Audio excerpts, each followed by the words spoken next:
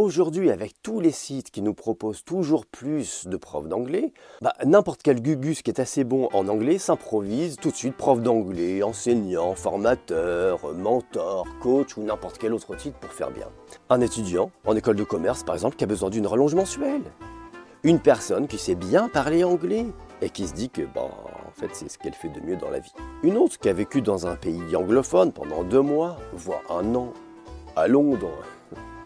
Et quand on voit le niveau de certains vrais enseignants ou formateurs, on a de quoi s'inquiéter du niveau des non-enseignants. Sans oublier les applications et les sites. Ils sont tellement nombreux et à se nourrir de la publicité et donc de nos données personnelles. C'est toujours la même démarche. On veut un anglophone, un natif, pour essayer de comprendre ce qu'il dit ou ce qu'il veut dire quand il sait lui-même ce qu'il veut dire. Pour débloquer son oreille. Ou simplement parce qu'on est persuadé que c'est la meilleure solution. Après tout, si quelqu'un avait besoin d'aide en français, on se verrait bien l'aider. Enfin, quoique, il y en a certains, ils voudraient peut-être, mais pas. On veut quelqu'un avec des diplômes, des certifications, parce que ça fait bien. Si le gars ou la fille a des certifications, on s'en jette. C'est qu'il doit sûrement exceller en anglais. On veut quelqu'un avec qui on se sentira à l'aise. Quoi de plus normal? Ça, c'est important. On veut quelqu'un qui nous comprenne. Quelqu'un comme nous, mais avec un meilleur niveau d'anglais. On n'a pas envie d'y mettre une fortune. C'est légitime. On vit à l'époque de la chasse au gratuit. Quitte à y dépenser son temps de vie. Donc, on veut un anglophone natif, avec des diplômes, des certifications, avec qui on se sentira bien à l'aise, qui nous comprenne et qui serait assez con pour prendre 15 € de l'heure. Autant aller chercher la lampe de Mémé Jaja et la frotter pour voir s'il n'y a pas un génie qui va sortir. Alors, qu'est-ce qu'on fait? On part à la chasse aux applications. On commence avec des applications vraiment gratuites, tout le temps.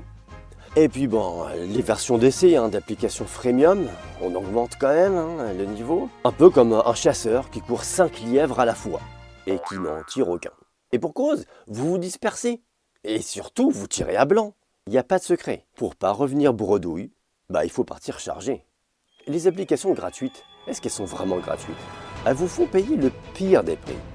Votre historique de navigation, l'accès à vos fichiers perso sur votre téléphone, votre localisation, vos habitudes numériques, vos données personnelles, et en plus de tout ça, votre temps de vie.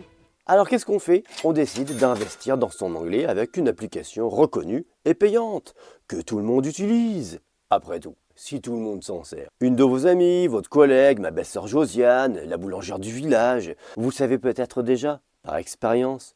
Oui, certaines applications sont bien faites. Oui, beaucoup d'enseignants sont assez bons pour vous faire progresser. Vous savez aussi à quel prix? En euros comme en temps.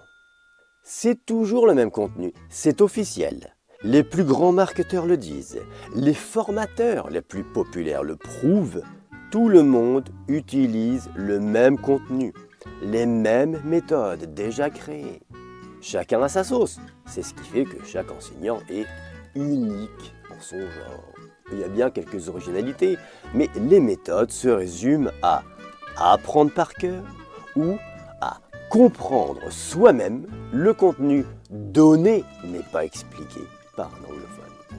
Les cours de conversation, c'est pour les francophones qui sont déjà bons, parce qu'on ne vous donne aucune explication dans votre langue, la langue de votre instinct, de votre subconscient, des notions, des concepts, des subtilités. Les centres de formation n'ont aucun intérêt à vous faire comprendre plus rapidement. Au contraire, c'est un système de consommation continue, de l'infinite scrolling. On scrolle et on scrolle.